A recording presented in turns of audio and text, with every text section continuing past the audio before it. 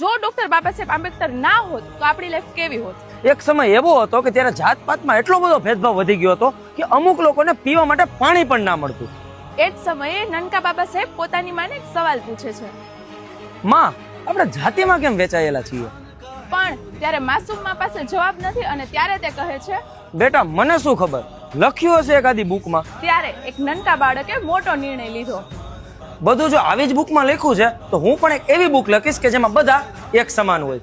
અને પછી ઉપાડ્યો પ્રશ્ન અને ફરિયાદ પહોંચી છે સયાજીરાવ ગાયકવાડ સુધી.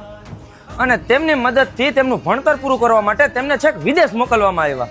ત્યાં તેઓ લાઇબ્રેરીમાં કલાકો સુધી બેઠા રહેતા, સમજતા, લખતા અને લડતા. એ પણ પોતાના માટે નહીં, એવા લોકો માટે કે જેને બોલવાનો મોકો પણ નથી મળતો.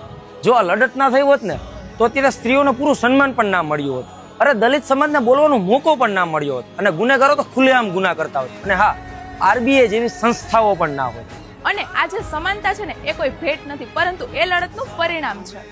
ડોક્ટર બાબા સાહેબ આંબેડકરે ખાલી પોતાની લાઈફ નથી બદલી, પરંતુ એવા લોકોની લાઈફ બદલી જે ત્યારે જન્મ્યા પણ ના હતા. એટલે જ હું તમને ફરીથી પૂછું છું,